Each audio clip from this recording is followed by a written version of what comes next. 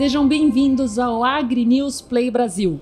Você está acompanhando o projeto AgriPlay. É um estúdio profissional de videocast que a gente monta dentro dos eventos em parceria com as associações. Hoje nós estamos em Belo Horizonte, Minas Gerais, dentro do Avicultor Mais.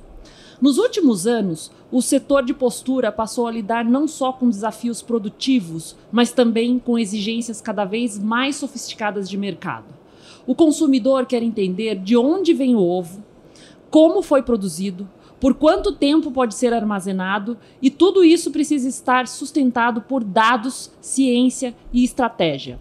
Hoje, o estúdio AgriNews Play recebe dois convidados que vêm atuando intensamente nesse cenário. Nélio Randi, diretor executivo da Associação Avícola do Espírito Santo, e a doutora Raquel Dias Ribeiro Santos, que é consultora em alimentos. Sejam bem-vindos. Obrigada. Obrigado, Priscila, é um prazer estar aqui. A gente vai falar um pouco sobre mercado, posicionamento, vida útil e, claro, sobre as transformações que estão em curso. E aí eu queria começar com o Nélio. Nélio, o ovo é um alimento essencial, mas enfrenta desafios de valorização frente ao consumidor. O que mudou nas preferências e como o setor tem respondido? Pois é, Priscila, o consumidor ele vem acompanhando uma realidade, uma tendência mundial, né, o consumidor brasileiro, né, uma tendência mundial em relação às boas práticas, né, a sustentabilidade, né, os atributos, né, então vem criando atributos em relação à proteína, né. Nós podemos usar um exemplo que é a questão da produção livre de gaiola, né, que está relacionado ao bem-estar animal, outros contextos. Então, assim, o consumidor vem acompanhando essa realidade, tá? É claro, pelo mundo afora isso está mais avançado, né? Há países que estabelecem legislações, inclusive em relação ao modo de se produzir, né, as produções alternativas, né, mas nós estamos num contexto onde o consumidor ele está cada vez mais exigente, ele está procurando maior qualidade, melhor qualidade do que ele consome, não somente com ovo, mas com outras proteínas, outros alimentos. E nesse contexto, a produção avícola brasileira, né, ela vem e precisa estar atenta para que possa também atender, né, o desejo ou as exigências, né, do consumidor, né?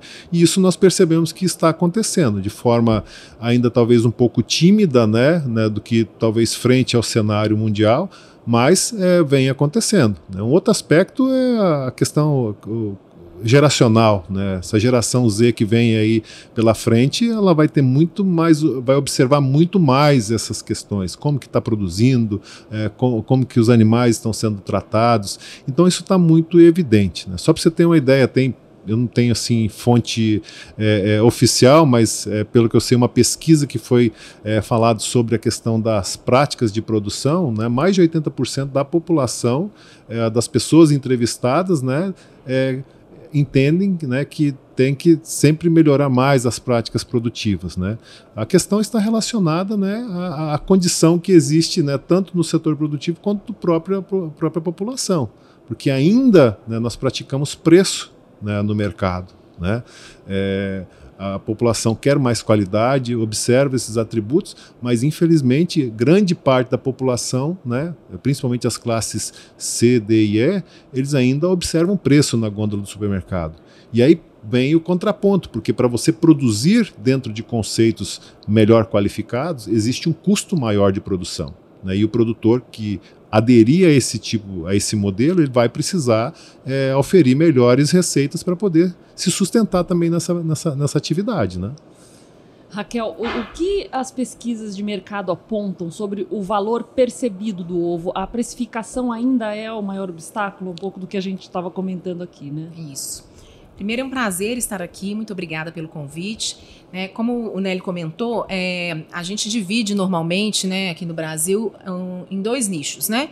Então, aquelas pessoas que fazem a compra, né, e têm um maior poder aquisitivo e que vão pagar por uma qualidade, estão preocupados, né, com novas alternativas relacionadas à produção, então vão preferir os ovos orgânicos ou a produção, né, livres de gaiola, muitas das vezes também buscando um produto com valor agregado, como os ovos enriquecidos, né? Essa é uma parcela menor do mercado, mas que tem crescido nos últimos anos, né? Como o Nélio comentou, a gente tem vivido aí uma mudança geracional, e isso tem refletido nas escolhas, né? A gente já tem alguns players no mercado fazendo essa aposta e investindo nesse diferencial, né? A precificação ainda no Brasil é um desafio, né? A gente sabe que a gente tem uma classe, né, social que precisa e necessita dessa proteína animal tão importante, né, e barata, né? Então a gente vai dividir aí em dois nichos importantes, né? Aqueles que buscam um valor agregado e vão pagar por uma qualidade diferenciada, e as pessoas que vão investir em relação ao preço, né? E aí tem um tema que você abordou na palestra, Raquel, que gera muitas dúvidas, não só no público final, como dentro do próprio setor produtivo, né? Quais são os principais critérios técnicos e regulatórios para definir a vida útil dos ovos? A gente já tem ferramentas que permitam mais precisão nesse processo? Sim, sim.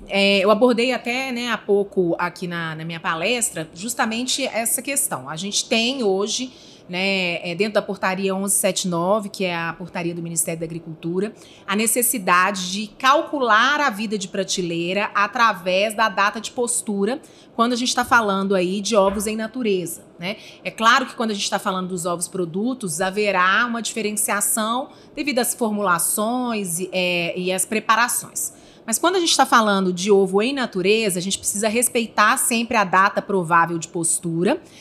Isso é novo, né? Não, a gente não tinha essa descrição tão clara nas portarias do Ministério da Agricultura. E hoje a gente já consegue, né, determinar essa vida de prateleira com algumas análises, né? Então a gente precisa sempre lembrar das análises sensoriais, né? Então, conhecer o seu produto, entender os requisitos, né, fisicoquímicos e microbiológicos, pensar nas análises dos principais, né, micro-organismos patogênicos, e aí a gente pode encontrar referências, né, aí, né, no Regulamento Técnico de Qualidade e Identidade do ovo pasteurizado e desidratado, bem como da Instrução Normativa 161 da Anvisa, né, que vai tratar para a gente sobre esses aspectos, e também uma análise bromatológica. Como a gente acabou de falar, a gente está falando aí de um crescimento dos ovos enriquecidos, né, e a gente precisa garantir que esse enriquecimento esteja durante toda a vida de prateleira do produto. Então, se eu vou adicionar, né, um ômega 3, né, um selênio, eu preciso garantir que esse produto, né, esteja, né, ali no meu ovo in natureza durante toda a vida de prateleira desse produto. Legal, Nélio. Como que o setor pode ganhar competitividade com dados mais objetivos sobre conservação e rastreabilidade? O que falta para consolidar isso?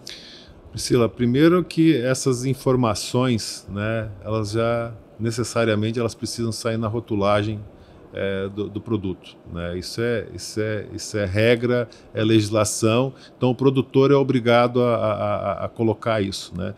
Volta e meia a gente precisa solicitar algum ajuste ou outro, mas isso faz parte, como nós dizemos, faz parte do jogo, né? Você fazer as adequações necessárias, né, doutora, para que o setor também possa produzir de maneira coerente, possa levar clareza para o consumidor, né? O consumidor precisa ter clareza, né?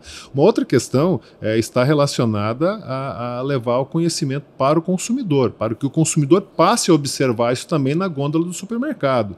Por exemplo, se ele está com um produto lá que ele verifica que ele está com prazo de validade já passado, né, ele precisa contestar. E, fundamentalmente, ele observar se aquele produto está com aquela rotulagem, se ele não é um produto clandestino.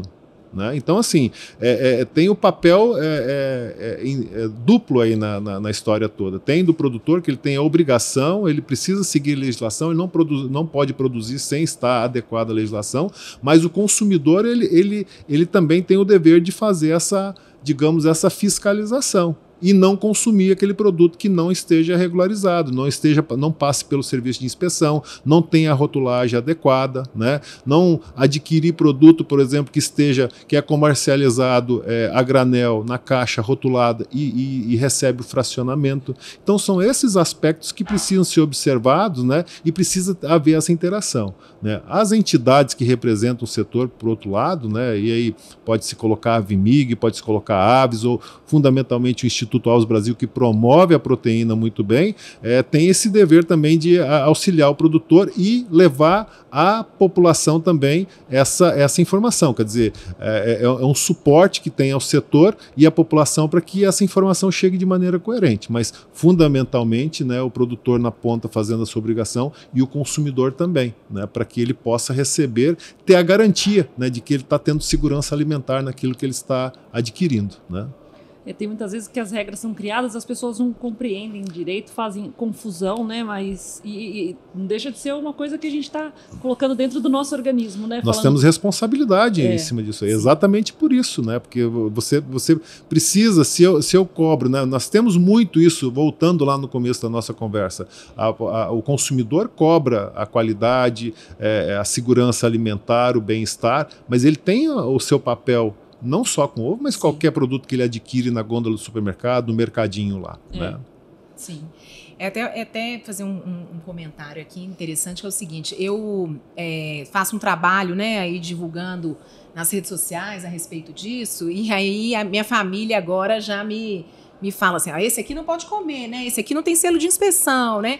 Exato. Então é justamente isso que o Nélio está falando, fazer esse trabalho de ensinar o consumidor a verificar o rótulo, a entender o prazo de validade, a entender a diferenciação. Agora a gente teve uma mudança importante do peso do ovo, né? Exatamente. Então comunicar ao consumidor para que ele esteja treinado e dê valor a essa rotulagem, né? E que, diga-se de passagem, doutora, deu muito trabalho para o setor organizado pelas entidades, né, fazer essa regulação, que foi ouvido o setor consumidor também, o produtor, né? Quer dizer, foi feito a várias mãos para que ela possa exatamente atender aos anseios e dar segurança para o consumidor. Né? É nessa linha. Essas regras não são criadas por capricho, né? Não. Existem razões e razões importantes para que isso aconteça, né? Uhum. Nélio, eu queria falar um pouco sobre ESG, ovos cage-free, e-commerce. Quais dessas tendências já são realidade no Brasil e o que ainda está em fase de promessa? Pois é, Priscila, eu abordei isso também na minha palestra aqui no evento, né, para falar um pouco sobre as tendências e exatamente nessa linha, né, das produções alternativas, né. A questão do ESG, acho que isso vem de encontro com aquilo que a gente já falou no começo, né? O consumidor está observando e o setor produtivo vem também se enquadrando e fazendo as suas práticas, né? Relacionadas ao cage free, o free range, as produções alternativas. Nós temos, assim, no Brasil ainda uma deficiência de informação mais segura, né, em relação a isso. Por exemplo, no setor de postura comercial em si, assim como frango de corte, né, tem informações muito precisas da produção. Né, isso dá segurança para o setor produtivo. Nessa segmentação ainda as informações são incipientes. Né? Hoje, por exemplo, se tem a informação circulando de que 5% da produção de ovos no Brasil está relacionada à produção alternativa. Eu conversei aí para até montar o meu material para trazer para cá com especialistas do setor, né, diz, olha, Nélio, isso está chegando já a 8%. Por quê? Você tem investimentos, né, de novos entrantes nesse mercado, principalmente que eram lá do frango de corte, que estão transformando o galpão do frango de corte para a produção de ovos no piso, né, e que estão trabalhando. E assim, interessante que como eles vêm de um segmento que briga muito pelo custo, estão exatamente buscando alternativas para tentar viabilizar melhores custos em relação à produção livre de gaiola, né? Colocando inclusive aves das linhagens brancas para o piso, etc. e tal. Então, assim, a informação ainda ela é deficitária, mas ela vem se estruturando, né? A produção ela vem sendo configurada diante da demanda, né, e do desejo do consumidor, né? E assim, um aspecto que a gente precisa deixar muito claro é que ela está adicionando volume à produção convencional, né? Ao contrário de práticas que vêm acontecendo em outros países, que vai ter que haver a substituição, isso aqui ainda não está acontecendo. E vai ter que ser verificado qual é o melhor modelo, né? Nós não podemos pegar um modelo que funciona na Europa, na Ásia, nos Estados Unidos e tentar aplicar aqui. Isso seria incoerência, na minha opinião, né? Então a gente precisa ir de acordo com a realidade, buscar também a demanda, porque, novamente, nós temos a questão dos custos, né? E, infelizmente, né, o poder econômico da maioria da população ainda não permite auferir, né? Então, hoje, esse setor ele atende os nichos que estão dispostos a pagar mais, mas se isso ficar num contexto, num volume generalizado, vai acabar, eu acredito, gerando um desestímulo à produção. Né? Então, acho que é nessa linha. Então, está avançando, mas precisa ter uma melhor organização, pelo que a gente constata. Doutora Raquel, você falou de divulgação de informações no Instagram, em rede social. Qual que é o seu perfil para você divulgar? O meu é RS Consultoria em Alimentos. RS Consultoria em Alimentos. Então, quem tiver dúvida, eu quero tirar 2 dúvidas com você aqui, sim, pessoalmente. E que certamente muita gente tem essas mesmas dúvidas. Não quem é mais novo do que eu, porque não comia gemada. Quem é mais novo que eu não come gemada. Que nem a gente comia, era criança, né? Que a minha mãe fazia assim, a gemadinha, café, né?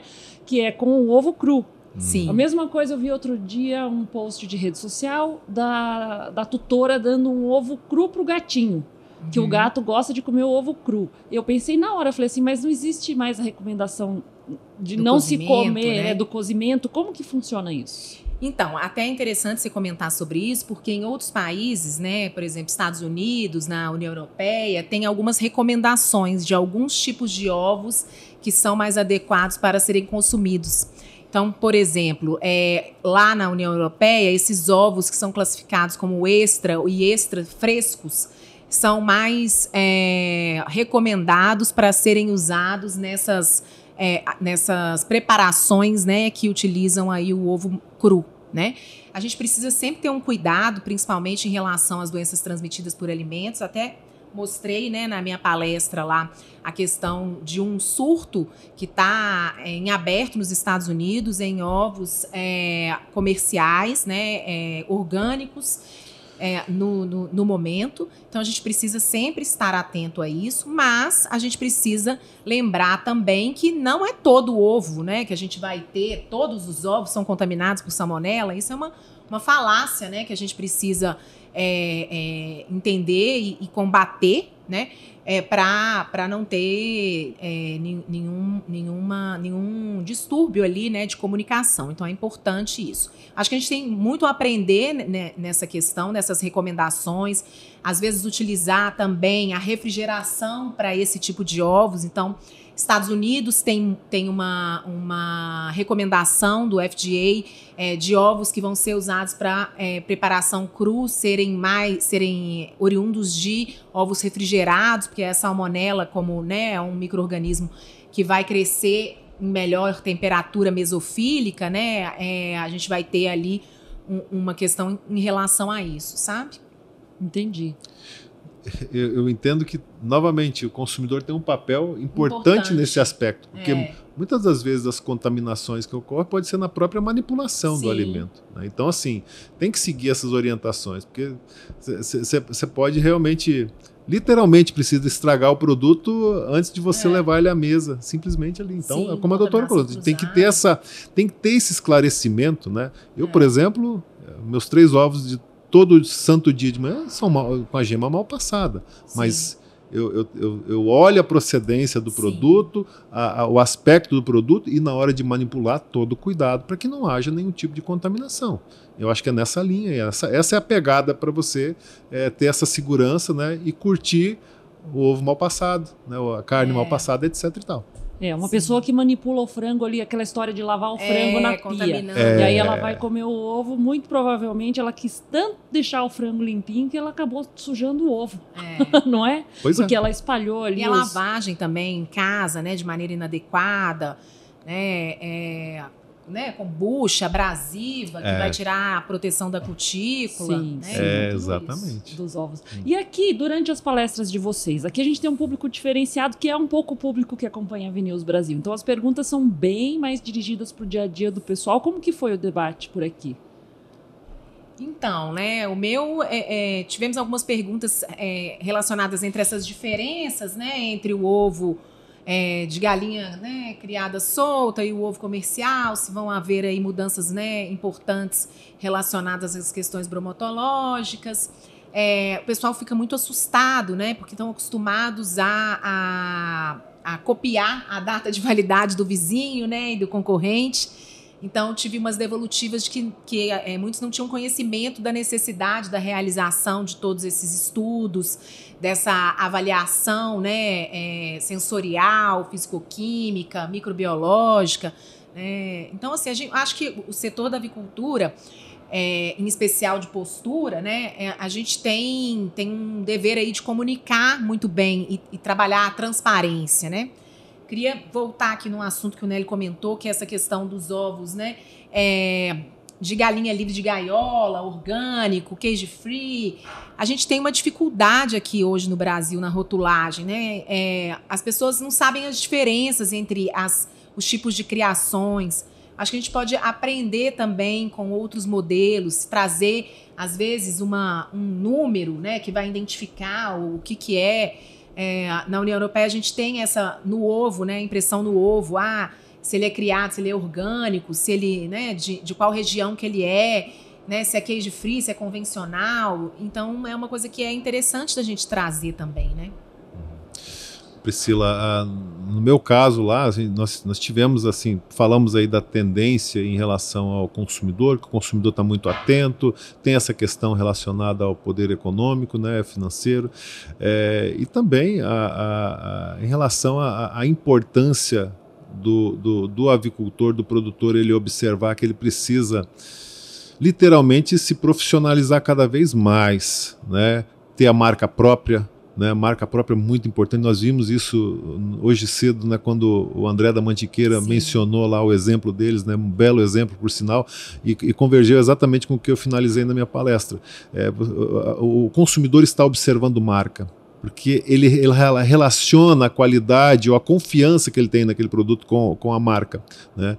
E aí depois, ainda no final, recebi uma pergunta bem assim, intensa, mas de um produtor dizendo, olha, eu estou no ramo aí já, livre de gaiola já tem alguns anos, há 10 anos atrás já se falava que o marketing era a alma do negócio, a gente precisa colocar marca, etc e tal, mas não está funcionando. Aí a gente tem que puxar o peixe para a sardinha para o prato da gente, né? Literalmente, ou o ovo para o prato da gente.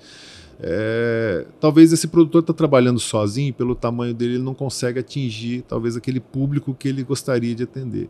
A doutora colocou uma questão muito importante, que é a informação, né, da rotulagem desses produtos, mas também a questão de tentar trabalhar de forma talvez associada à Avimig, ou ao Instituto Ovos Brasil, que tem a função exatamente de promover a proteína, né? Então, assim, o que falta bastante assim, no mercado é essa conscientização do próprio setor, do próprio produtor, que ele precisa trabalhar, eu usei a expressão lá, andar em bando, porque ele vai ter mais força, vai ter mais consistência.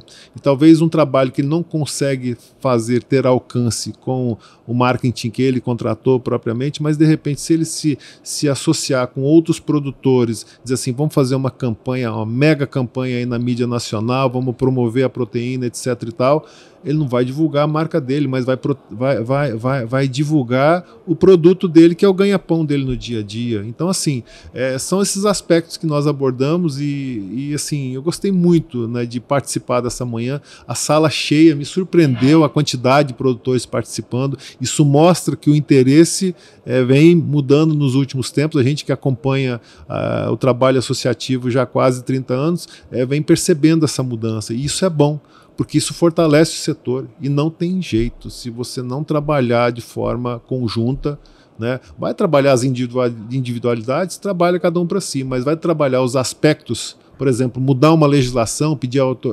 alteração de uma legislação, como foi o caso do tamanho dos ovos, isso só foi possível porque nós trabalhamos de forma conjunta. A entidade nacional é carreada também pelas entidades estaduais e nos organizamos e provamos que precisava mudar. Então, não tem outra alternativa a não ser fortalecer esse trabalho associativo, esse trabalho institucional, né? Então, é a avaliação que eu faço aí. Aí, quem quiser se aprofundar um pouco mais sobre esse assunto, a gente fez a entrevista aqui com o André e o Edival Veras, falando sobre essa questão do marketing do ovo e a necessidade dos produtores e as empresas do setor se associarem. Pode acessar o link que a gente vai colocar aqui na descrição do vídeo para acompanhar. A entrevista foi muito legal, foi muito boa. Raquel, então assim, não tem uma regra única, são tantos dias. Quem que vai me dizer, eu produzo ovo? Aí tem essas análises todas que você apontou. Quem que vai me dizer? É um terceiro que vai me dizer? Quem vai me dizer é a própria indústria. A Anvisa determina que aqui no Brasil, quem vai determinar a vida de prateleira é o produtor, né? É a pessoa que produz os ovos. Então, através dessas análises laboratoriais, através dessa avaliação, a gente vai conseguir determinar o tempo, né, de prateleira desse produto, garantindo que ele esteja seguro, né, do ponto de vista tecnológico, que é garantir também que que aquele ovo vire uma boa clara em neve, que ao fritar a gente tenha uma boa consistência, que eu consiga, né, produzir tecnologicamente com esse produto, ter um produto seguro, né, em relação aos requisitos microbiológicos, ou seja, sem causar nenhum problema relacionado às doenças transmitidas por alimentos, e fazer com que a gente tenha também uma garantia da rotulagem. Porque o que eu escrevo no rótulo, eu preciso garantir para aquele produtor, para aquele consumidor, desculpa. Isso é muito importante, porque a gente acaba vendo no mercado, né, infelizmente, né, ovos que estão sendo vendidos como ovos livres de gaiola, ou, né, orgânico e não é orgânico, caipira que não é caipira. Então, eu acho que a gente precisa pensar em dois setores aí, né? Ensinar o consumidor a identificar essas marcas, a fidelizar esse cliente para que ele compre e ele seja fiel àquela marca, né? Igual a gente não compra Presto Barba, a gente compra Gillette, né? Exato. Então, para que a gente possa ser fiel àquela marca e garantir que o consumidor tenha um produto adequado com o que está na rotulagem, né? Legal. Legal, obrigada. Vocês querem acrescentar alguma mensagem final aí? Assinado embaixo. Assinado embaixo. Mas, assim, a questão que a doutora acabou de mencionar é o que a gente vivencia na prática, né? Às vezes o produtor ele tem uma preocupação e até um medo, né? Dizer assim, como que ele vai... o que vai estabelecer na rotulagem dele? É claro que ele não pode... como você acabou de colocar, não pode colocar por um acaso, tem que ter um estudo, tem que ter um embasamento, né? Mas muitas vezes, quando ele recebe a própria inspeção, como eu devo fazer? Ele quer orientação? Não, nós orientamos o produtor exatamente nesse sentido. Você que vai propor de acordo com o estudo que você fez, as análises que você trabalhou e o embasamento que você vai ter para você comprovar que aquele prazo de validade, por exemplo, no caso de validade, ele é eficiente o suficiente para aquele produto que você está oferecendo no mercado. Então, assim, nós precisamos ter um conceito de mais domínio sobre o que é nosso. Afinal de contas, eu estou produzindo o que é meu. E, assim, claro, com responsabilidade, com muita coerência, porque você está produzindo alimento, você vai alimentar alguém, mas aquilo que você tem que ter certeza, né, e brigar por aquilo que você está produzindo. Eu acho que é nessa linha, né? Fechou. Né? E aí para enfrentar esse tipo de problema, quando você está associado, ligado a uma entidade, ligado a um grupo, você consegue se orientar melhor, né? Perfeito.